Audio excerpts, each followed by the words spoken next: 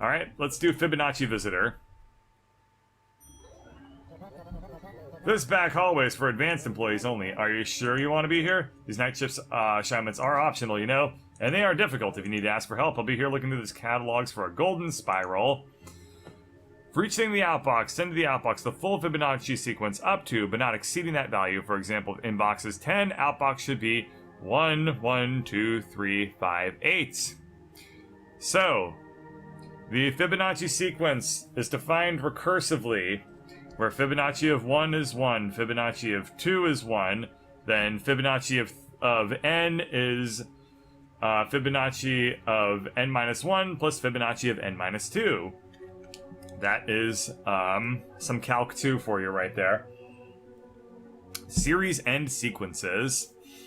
Okay, so I have to calculate the 19th Fibonacci sequence, and I don't have recursion to do that, so that's interesting to me. So, let me think about other ways to do the Fibonacci sequence. It's a very famous job interview thing, but anyway. Wow, this is fiendishly difficult. So I have to convert a recurrence relation into an iterative function. Now, there is a closed form solution for the Fibonacci sequence, which will not help me at all, because finding the nth Fibonacci number is equivalent to finding the finding phi or phi, which is 1. It's approximately equal to 1 plus the square root of 5.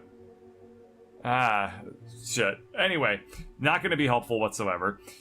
Plus, I don't even remember what I do with the golden ratio or phi or whatever the hell it is when I have it in the first place. So normally this is probably when I go on Stack Overflow and figure out what the hell this question is asking me, because I have no idea how to convert a recursive Fibonacci sequence into an iterative function. But the way to do it is we're going to need to store the results of computation. So we'll have an accumulator, which stores. So we need to do this from the ground up. So if we're finding the 19th thing, then we need to loop 19 times. What is this 0 here for?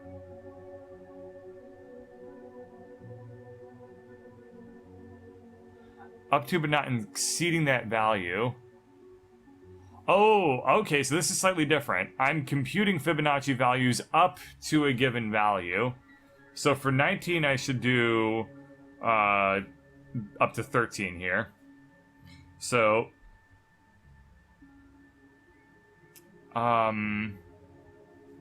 right, okay, this makes sense. So what I need to do is we're gonna inbox our boundary here. We're gonna copy it into a register, and we're gonna name that register upper, which you can tell that these are P's because they look like P's.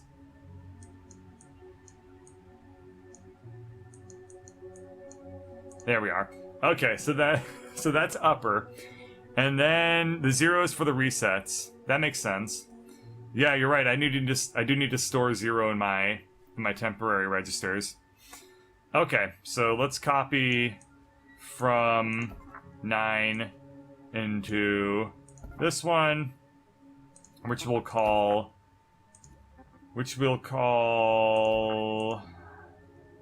N, and we'll copy to this one N minus 1. So the very first thing we need to do,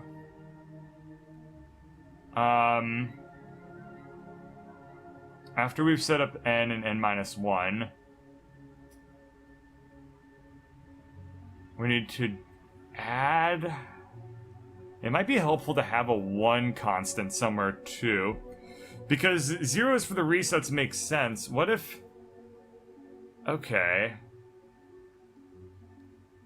But what if they ask for... Okay, if 0 for the resets, that makes sense. but we never return 0.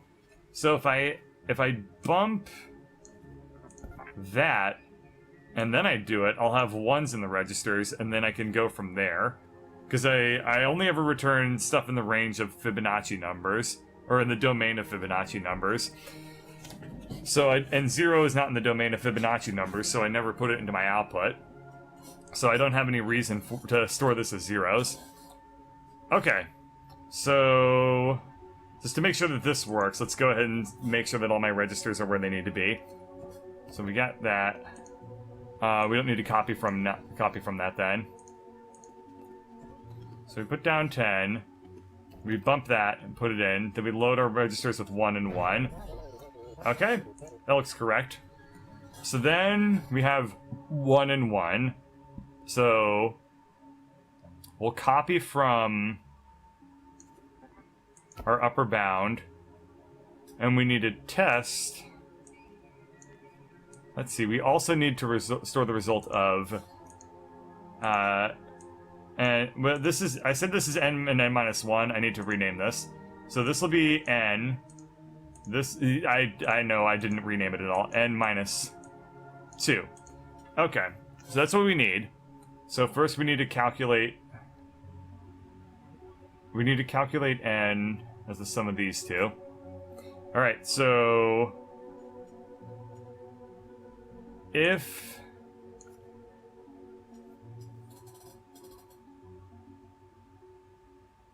okay, if we have these two, what happens if we do? Well, okay, I think that the domain of the input. Let me look at what the domain of the input is too. Inbox is 28. I'm gonna ask for another domain because this will break. The way I'm thinking of doing this might break based on if they ask for values that are like 2 or 5 or something like that. I hope you're not playing this all night. This is work, not fun. No, I'm not planning on playing this all night. I don't want to fry my brain too much. I also need to make sure that I change that I'm copying this to n minus 1, and this is n minus 2. So then we need to copy from our upper boundary.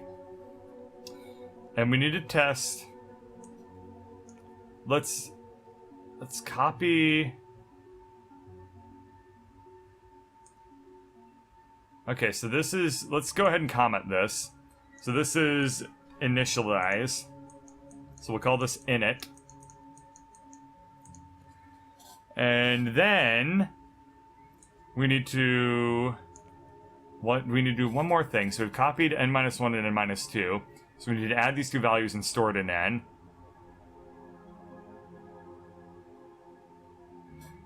And if I do this, I'm kind of worried about the problem of getting these two first initial 1s in here. Okay, well anyway, let's just keep going with this, and the solution will probably reveal itself to me. I have no idea. So we'll copy from n minus 2, and we'll copy from n minus 1. No, we copy from n minus 2, and we add it to n minus 1, and we copy to n. So this copies 1 Fibonacci number. Let's see, this should set it up so that we put 19 here. We have 1 and 1 here, and then 2 in that value. So we put 19 there. We now have put 1 in there and 1 in there. And then we add those to get 2, we put 2 in there. Okay, so that logic is all correct. I'm also going to do one more thing. This is the loop top. So we're going to say that this is loop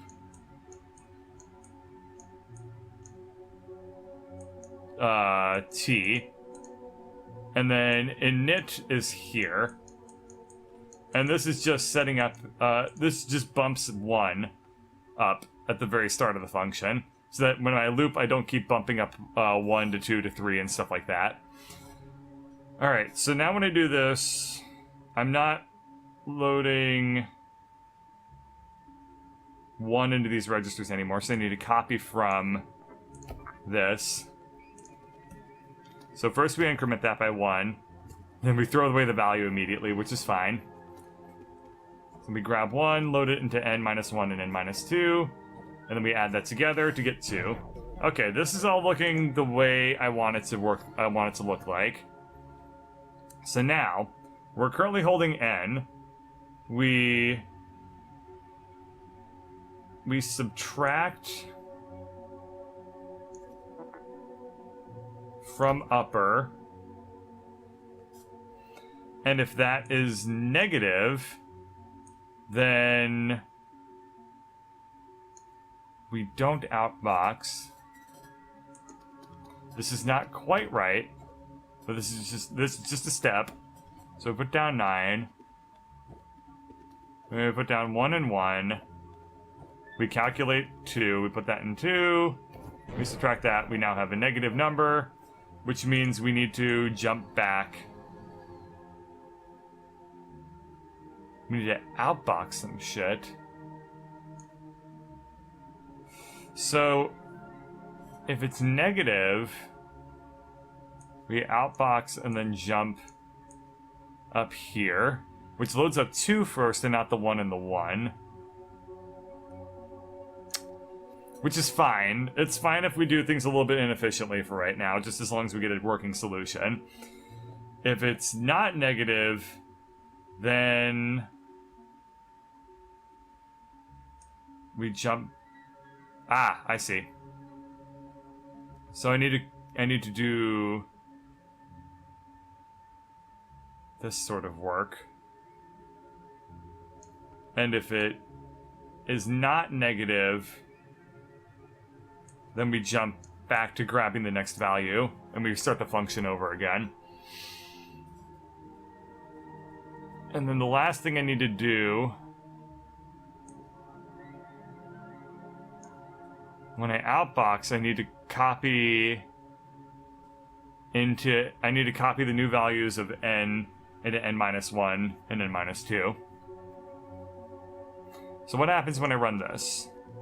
We increment that, we load 1s into, and well, first we get the upper bound, then we grab our 1s and we load it into 1 and 2, increment, we get 2, we subtract that, it's negative, so we outbox negative 19, right. We need to outbox n, so we copy from n, and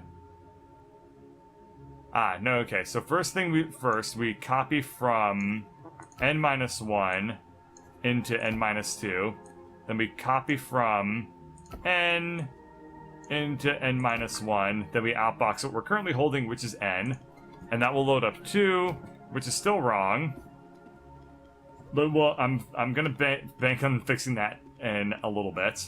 So we put that there, we put down 2, we test if it's less than their boundary, we grab that, we copy 1 in there, we copy 2 in there, then we outbox 2, which is wrong because they wanted a 1, which is fine. So the way that we can do this, if you look at the examples of our input, everything is calling Fibonacci for at least values that are greater than like 5 or so, which means that we always are going to put down 1s. So if I just outbox and then copy from our 1, then outbox that again, and then start our function, this will work. You think I'm overcomplicating it? I don't think so, dude. Okay, so we put in 1 and 1. Now I put down 19. We put 1 and 1 in there. And there's our 2. 19, negative 17, we grab 1, copy it in. Grab 2, copy it there. We outbox 2. We calculate 3, we load it in. 19 minus 3 is negative 3. I cheatsy doodled it pretty bad. But I mean, to be fair, knowing the domain of your input and manipulating things like that is actually a really good idea. And to be fair, this is going pretty well, I think. Like, it's calculating the Fibonacci numbers correctly. So there's 6, 8, 13. We'll put that in there. And then we calculate the next Fibonacci number, which is 21. So this will pump in 2. We load in that. Do we grab 1 and load it into all of our values? We do. Aha! It worked! It worked! I did it! This is awesome. I fucked up.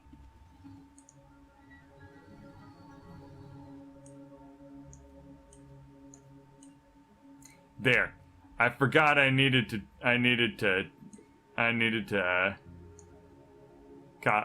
do this copy again. Alright. So this almost worked. Let's see if this works now. So I need to stop relatively soon. Okay, so we've loaded up 1s there. We load that one. We put that one. Okay, then we grab our 8. We put it in there. And we reset our registers. And we start calculating Fibonacci numbers again. That's what I get for cheatsy doodling. Yeet. 1, 1, 2. So this should go till... Is this less than or equal to? That's the question. I don't know if I should load 8 into this or not. I'm gonna find out in a second. But... I guess we'll see. Right now this calculates less than or equal to this upper boundary. So I don't know if that's correct or not.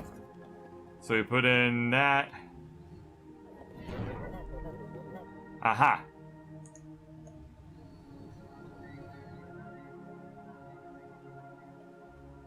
So what did I do wrong? Let's just run the whole code again. One of my jumps isn't quite in the right spot.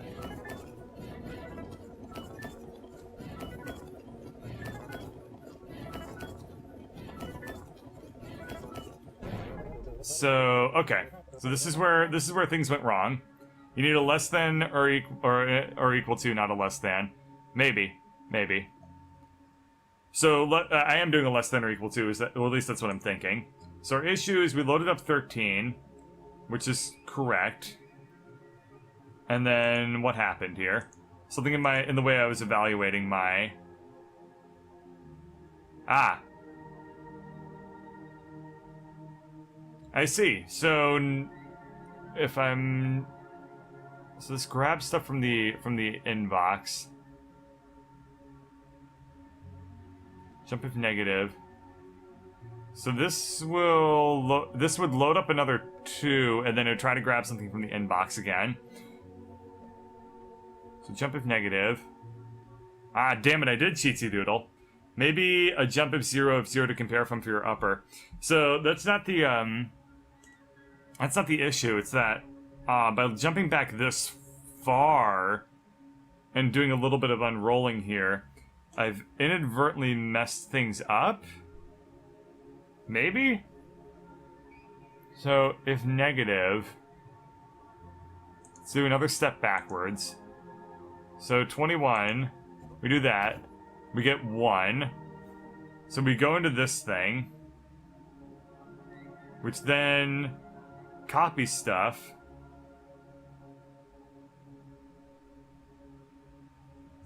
What if I inbox first and then do that? I think that the function ends. The function ends if I... Yeah. So here's the problem. The function, the program only stops running if I try to inbox from an empty conveyor belt. So I need to move my inboxing to here before I load stuff up onto the conveyor belt, and then the program will cease execution. Which is really weird. And that's not very, like, assembly-y at all. But, like, it's how this game runs. So this should do it now. So we'll load up 13, then the execution will halt.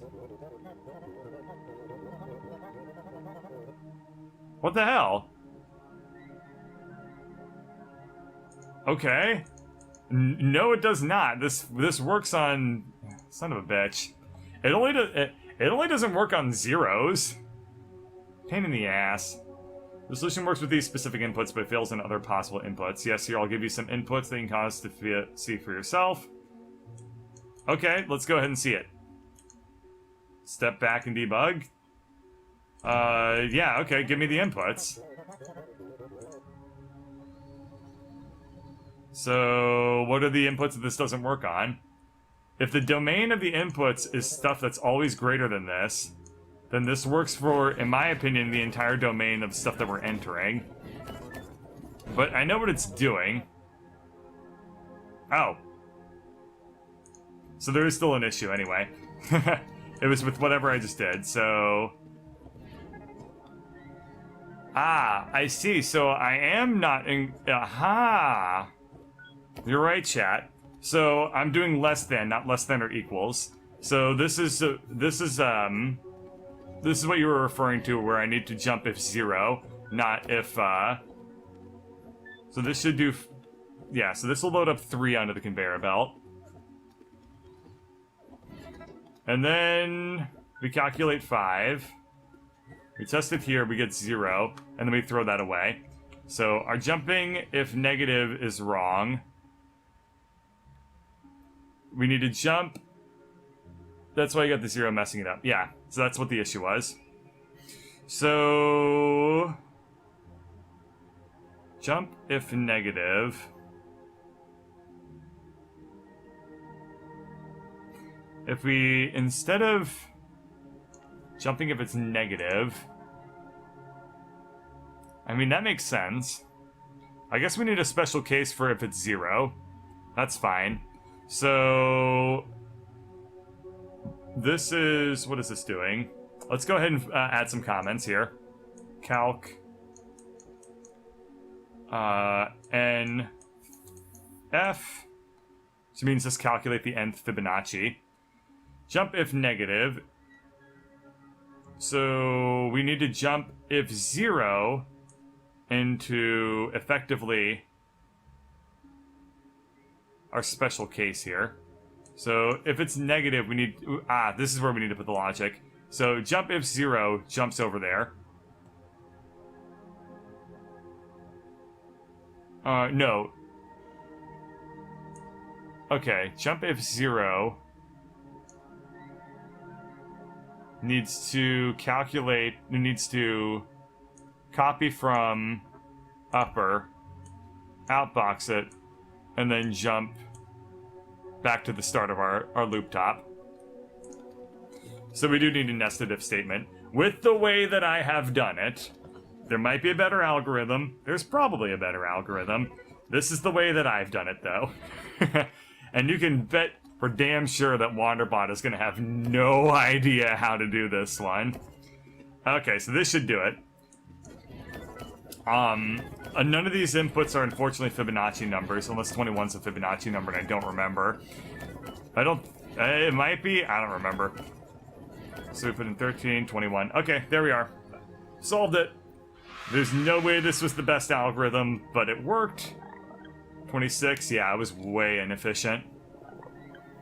But I completed the speed challenge by a really good margin. So that's actually kind of cool. Very nice. I'm happy with that. The speed challenges are usually way worse.